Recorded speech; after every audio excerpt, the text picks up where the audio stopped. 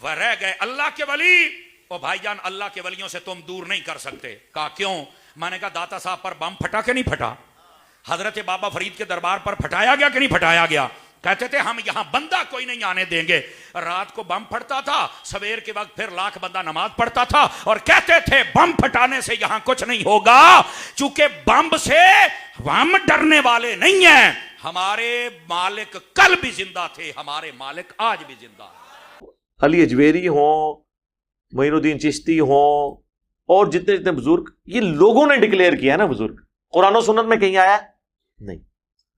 फिर आप कहेंगे इन्होंने कलमा पढ़ाया। हम कहते हैं अगर कलमा पढ़ाना दलील है तो डॉक्टर जाकिर नाइक ने हजारों हिंदुओं को कलमा पढ़ाया है, तो बरेलवी देवबंदी डॉक्टर जाकिर नाइक को वलीउल्लाह क्यों नहीं मान रहे? हां, ਤੁਹਾਡੇ बाबे दी कोई वीडियो नहीं कलमा पढ़ाने दी। जाकिर नाइक दी ऐसी वीडियो ने कि वो मोदी खबीस ने उनको वहां से मुल्क बदर कर दिया इस वजह से कि इतने हिंदू मुसलमान हो रहे थे। तो सर बुजुर्ग फिर जाकिर नाइक ਨੂੰ क्यों ना मनीए? ਜਦੋਂ तक जाकिर नाइक ਨੂੰ वलीउल्लाह नहीं मनते ਅਸੀਂ ਤੁਹਾਡੇ किसी बाबे ਨੂੰ नहीं मनना, क्योंकि ਤੁਸੀਂ अगर क्राइटेरिया ये बनाया ना कलमा पढ़ाने का, तो जाकिर नाइक ने नहीं कलमा पढ़ाया तो बरेलवी मानते हैं उसको वलीउल्लाह।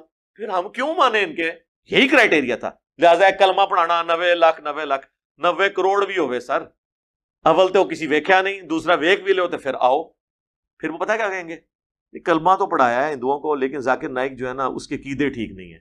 सर यही मसला आपके बुजुर्गों के साथ भी है, अक्सर कब्र चाटू हैं, कब्रों से मांगने वाले हैं। हम उनके कीदों को कैसे सही माने? जब अली अजवेरी साहब कश्फुल माजूब में ये लिखें कि मेरा मसला हुआ तो मैं बाजीद बुस्तामी की कब्र पे जाके मैंने झाड़ू दिया और मेरा मसला हल हुआ, तो फिर सर अली अजवेरी साहब की कब्र पे भी लोग आके झाड़ू ही देंगे ना।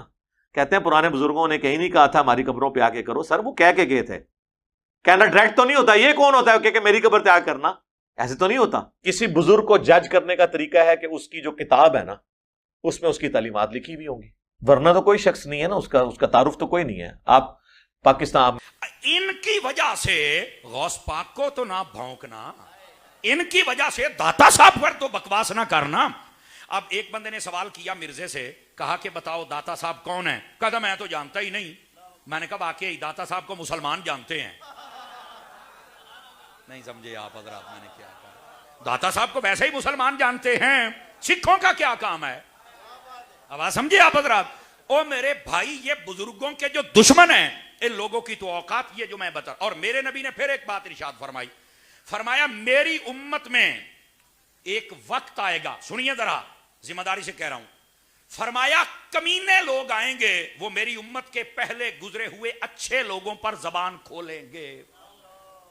अब जो जितने बुजुर्गों पर बात कर रहे हैं कि ये नहीं वो नहीं सब झूठ है, फला है ढिमका है, मैंने कहा तुम्हारा तारुफ तो नबी ने करवा दिया है। अब बात समझ आ रही है? कहते हैं कुरान व हदीस से बात हो, मैं हदीस पे हदीस पढ़ रहा हूं, अब करना बर्दाश्त है। मेरे नबी ने फरमाया मेरी उम्मत के कमीने लोग, वो मेरी उम्मत के अच्छे लोग जो पहले गुजर चुके होंगे, सल्फ सालिहीन, उनके ऊपर बकवास करेंगे, जबान खोलेंगे। ये सारे गुजर गए और आज जेलम के कमीना और उसके चंद फॉलोवर आ गए, वो बक बक करना शुरू हो गए। मैंने कहा तुम्हारी पहचान नबी पाक की हदीस के मुताबिक कमीनगी से ज्यादा नहीं है। वह रह गए अल्लाह के वली।